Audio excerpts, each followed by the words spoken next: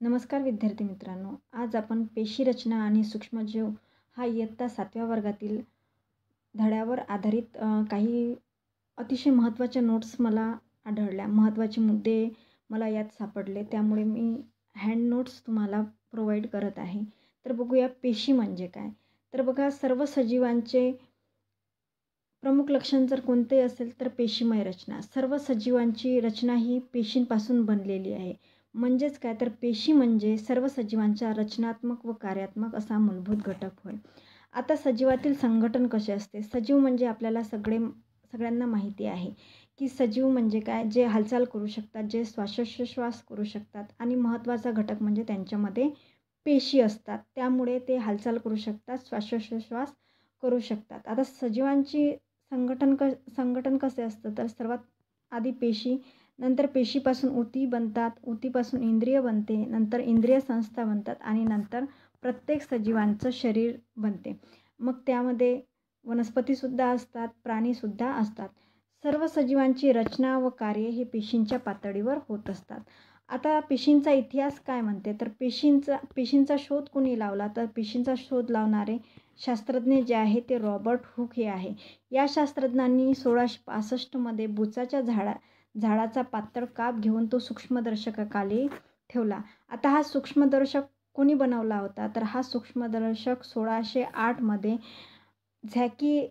झॅकेरियस Johnson यांनी बनवला होता. त्यांच्या त्या सूक्ष्मदर्शकाखाली रॉबर्ट हुक यांनी बुचाच्या झाडाचा पातळ काप घेऊन तो ठेवला. तेव्हा त्याला त्या कापामध्ये मधमाशीच्या पोळ्यातील कप्प्याप्रमाणे रचना दिसून आली. या कप्प्यांना त्याने पेशी हे नाव दिले. सेल, पेशी म्हणजे सेल. कप्पे लॅटिन भाषेत सेलुला म्हणजे लहान खोली होय. नंतर काय झालं, तर 1838 साली एम.जे. स्लायडेन आणि थिओडोर शॉन यांनी पेशीविषयी सिद्धांत मांडला. तो सिद्धांत असा होता की सर्व सजीव पेशींपासून बनलेले असतात आणि पेशी हा सर्व सजीवांचा पायाभूत घटक आहे. कोणी मांडला, तर एम.जे. स्लायडेन व थिओडोर शॉन यांनी पेशीविषयी सिद्धांत मांडला. नंतर 1885 आर. विर्शा यांनी सर्व पेशींचा जन्म हा पूर्वी अस्तित्वात असलेल्या पेशींमधूनच होतो हे स्पष्ट केले. आता पेशींचे मोजमाप व निरीक्षण कशामध्ये केले जाते, तर 1673 अँटोन लुवेनहॉक यांनी विविध भिंगे एकत्र करून सूक्ष्मदर्शक म्हणजे मायक्रोस्कोप तयार केले व जीवाणू व आदिजीव यांच्या जिवंत पेशींचे सर्वप्रथम निरीक्षण केले. कोणी, तर अँटोन लिओनहॉक यांनी जो आहे 1673 सूक्ष्मदर्शक तयार केला आणि त्याखाली जीवाणू व आदिजीव यांच्या जिवंत पेशींचे सर्वप्रथम निरीक्षण केले. हा मुद्दासुद्धा महत्त्वाचा आहे.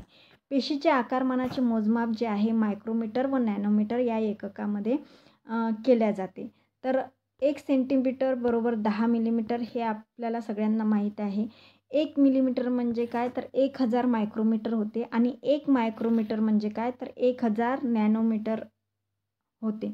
नंतर पेशींचा आकार कसा असतो, तर पेशींचा आकार जो आहे, सजीवांच्या पेशी विविध आकारांच्या असतात. सर्व सजीव एकसारखे असतात का, तर नाही. सर्व सजीव काय आहे, सर्व सजीवांची रचना ही वेगवेगळी असते. तर त्यांचा आकार हा त्यांच्या कार्याशी निगडीत असतो.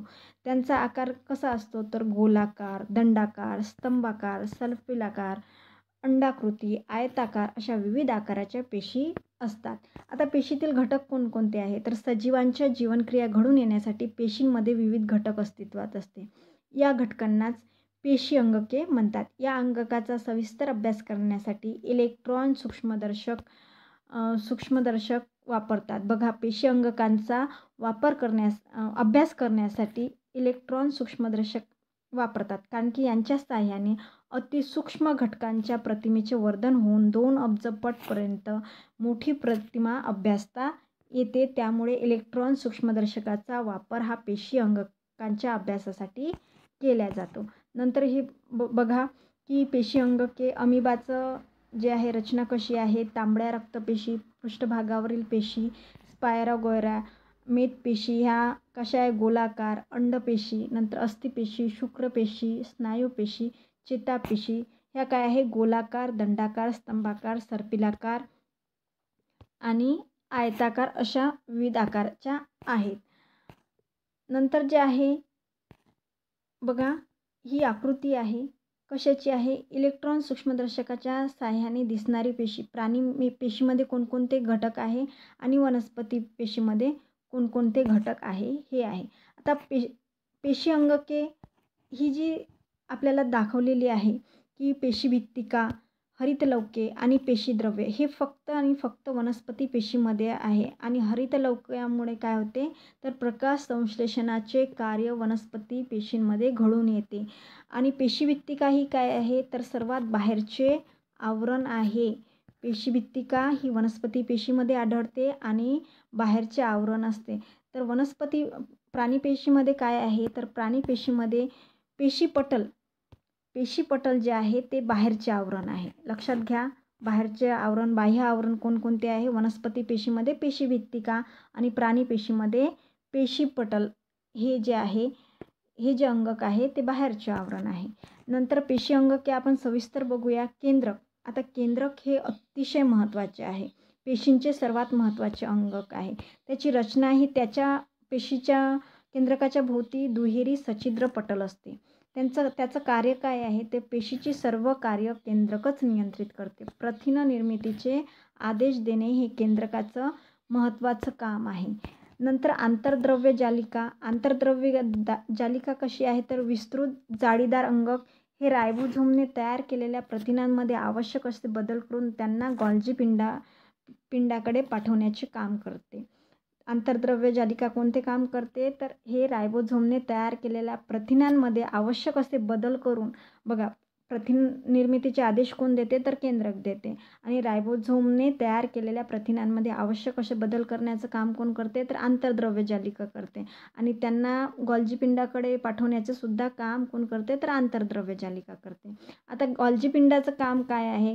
हे अनेक चपट्या पिशव्यांनी तयार झालेले असून प्रथिनांचे योग्य वितरण करण्याचे काम गॉल्जी पिंडामार्फत होते. बघा, केंद्रक काय करते? प्रथिना निर्मितीचे आदेश देते. आंतरद्रव्य जालिका रायबोझोमने तयार केलेल्या प्रथिनांमध्ये आवश्यक असे बदल करून त्यांना गॉल्जी पिंडाकडे पाठवण्याचे काम करते.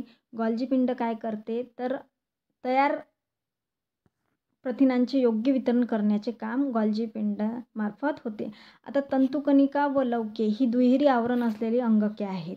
तंतुकणिका व लवके ही दुहेरी असलेली अंगके आहेत. तंतुकणिका ऊर्जा तयार करण्याचे काम करते. म्हणून पेशीचे ऊर्जा केंद्र जर कोणी असेल तर ती तंतुकणिका. अतिशय महत्त्वाचा मुद्दा आहे. म्हणजे हे सर्वच मुद्दे काय आहे? महत्त्वाचे आहे.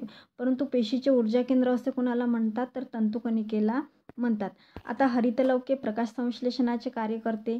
लयकारिका काय करतात तर विकर असलेली पेशी. कार्य काय आहे तर पेशींचा नाश करणे हा जो आहे लयकारिकेचं काम आहे.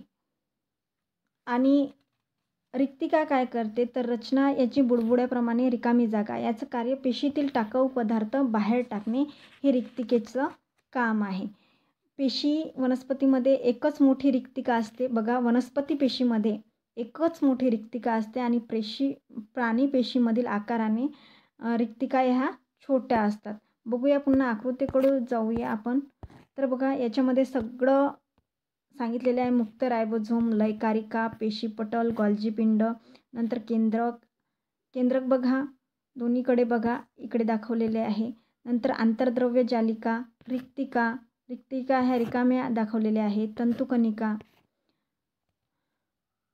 आणि पेशीद्रव्य, हरितलवके आणि पेशीभित्तिका हे वनस्पती पेशींचे अंगक आहे. नंतर सूक्ष्मजीव या अधिकेंद्रकी पेशी आहेत आणि सूक्ष्मजीव हे अधिकेंद्रकी पेशी आहेत. आपण रिक्तिकाकडे होतो. आता आपण सूक्ष्मजीव बघूया. जे आपल्या डोळ्यांनी सहज दिसत नाही ते पाहण्यासाठी सूक्ष्मदर्शकाचा वापर केला जातो. अशा सजीवांना सूक्ष्मजीव असे म्हणतात. सूक्ष्मजीव कोणाला म्हणायचं तर जे आपल्या डोळ्यांनी सहज दिसत नाही ते पाहण्यासाठी सूक्ष्मदर्शकाचा म्हणजे मायक्रोस्कोपचा वापर करावा लागतो. अशा सजीवांना सूक्ष्मजीव म्हणतात. सूक्ष्मजीवांचा आढळ कुठे असतो तर हवा, पाणी, जमीन, अन्नपदार्थ, सांडपाणी, कचरा, वनस्पती, प्राणी व मानवी शरीर अशा सर्व ठिकाणी सूक्ष्मजीव राहतात. आपल्या पोटात सुद्धा सूक्ष्मजीव असतात ना. तर बघा, बहुपेशीय सूक्ष्मजीव, एकापेक्षा जास्त पेशी असणारे, उदाहरणार्थ पावावर येणारी बुरशी, शैवालाचे तंतू हे काय आहे तर बहुपेशीय सूक्ष्मजीव.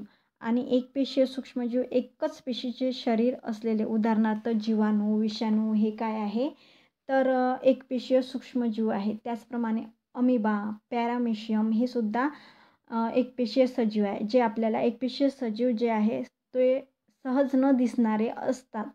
आणि युग्लिना, गोगलगाय, हत्ती, कबूतर, जंत यांना बहुपेशीय सूक्ष्मजीव बहुपेशीय असतात. हे जे आहे ते सहज दिसणारे आहे. म्हणजे सूक्ष्मजीवांचे वर्गीकरण हे 2 प्रकारे होऊ शकते, बहुपेशीय सूक्ष्मजीव आणि एकपेशीय सूक्ष्मजीव. तर नंतर आहे सूक्ष्मजीव या आंतकेंद्रकी पेशी आहेत.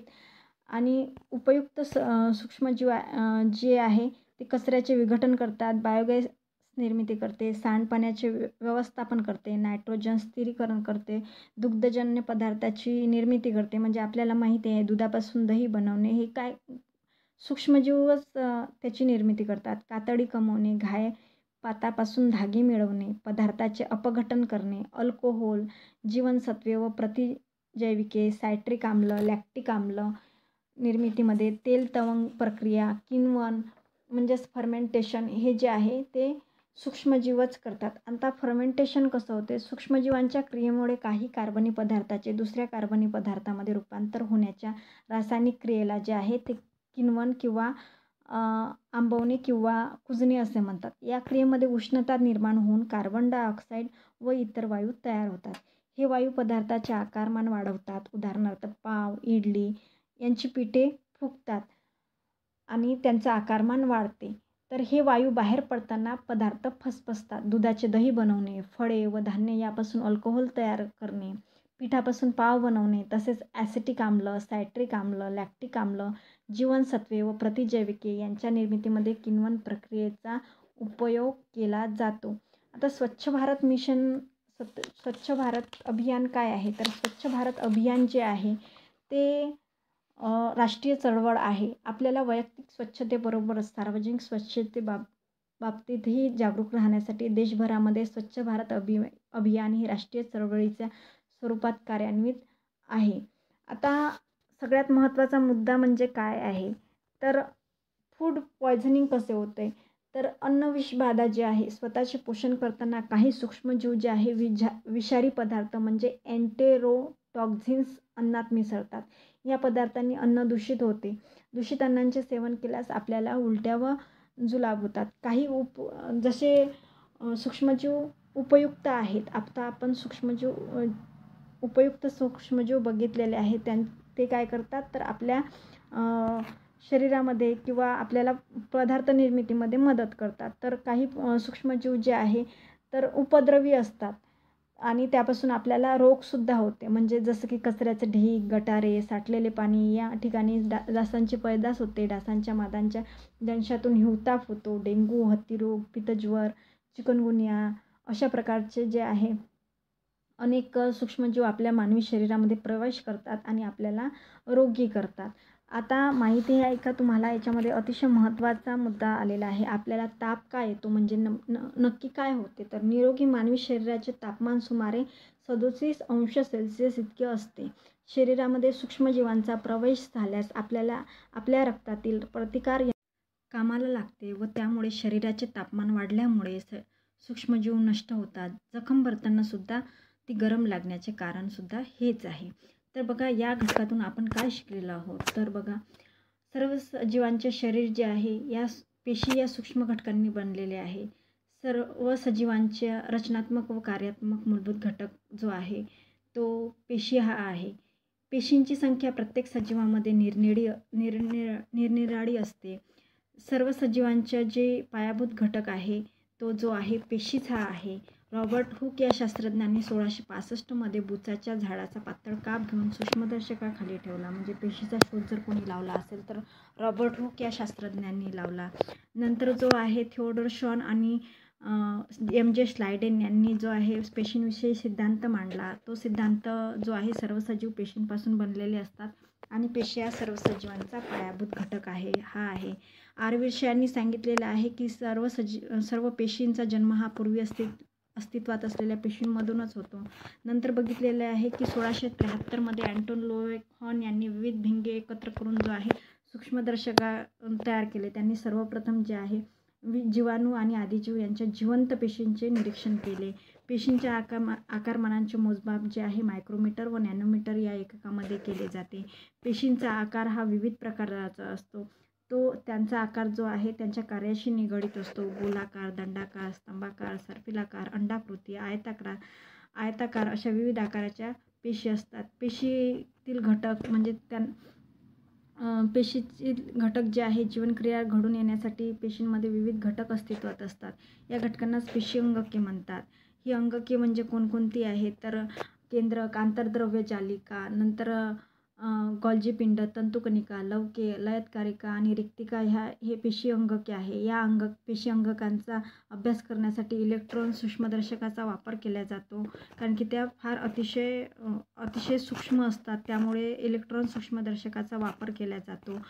प्रामुख्याने जे आहे पेशींचे 2 प्रकार पडतात. एक दृश्य केंद्रकी पेशी आणि एक जे आहे ते आदिकेंद्रकी पेशी. तर दृश्य केंद्रकी पेशीमध्ये जे आहे प्रामुख्याने वनस्पती पेशी आणि प्राणीपेशी असे 2 प्रकार आढळतात. आणि आदिकेंद्रकीमध्ये जे आहे आदिकेंद्रकी पेशी ह्या कोणात असतात तर सूक्ष्मजीवांमध्ये असतात. हा मुद्दा विसरू नका.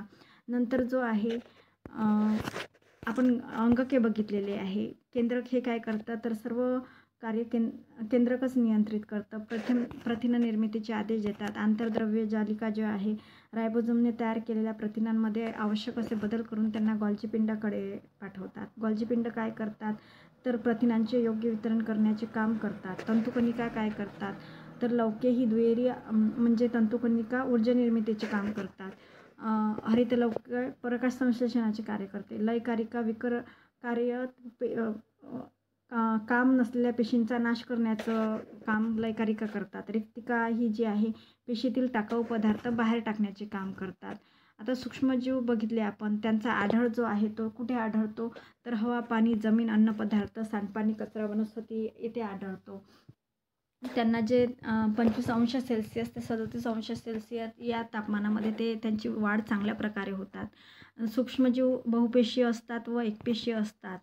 नंतर आपण उपयुक्त सूक्ष्मजीव बघितले आणि अनुपयुक्त सूक्ष्मजीव म्हणजे उपद्रवी सूक्ष्मजीव बघितले. किण्वन ही प्रक्रिया छान पद्धतीने सांगितलेली आहे. अशा प्रकारे सर्व मुद्दे हे या घटकातील फार महत्त्वाचे आहे. ते तुम्ही उतरवून घ्यावे आणि अभ्यास चालू ठेवावा.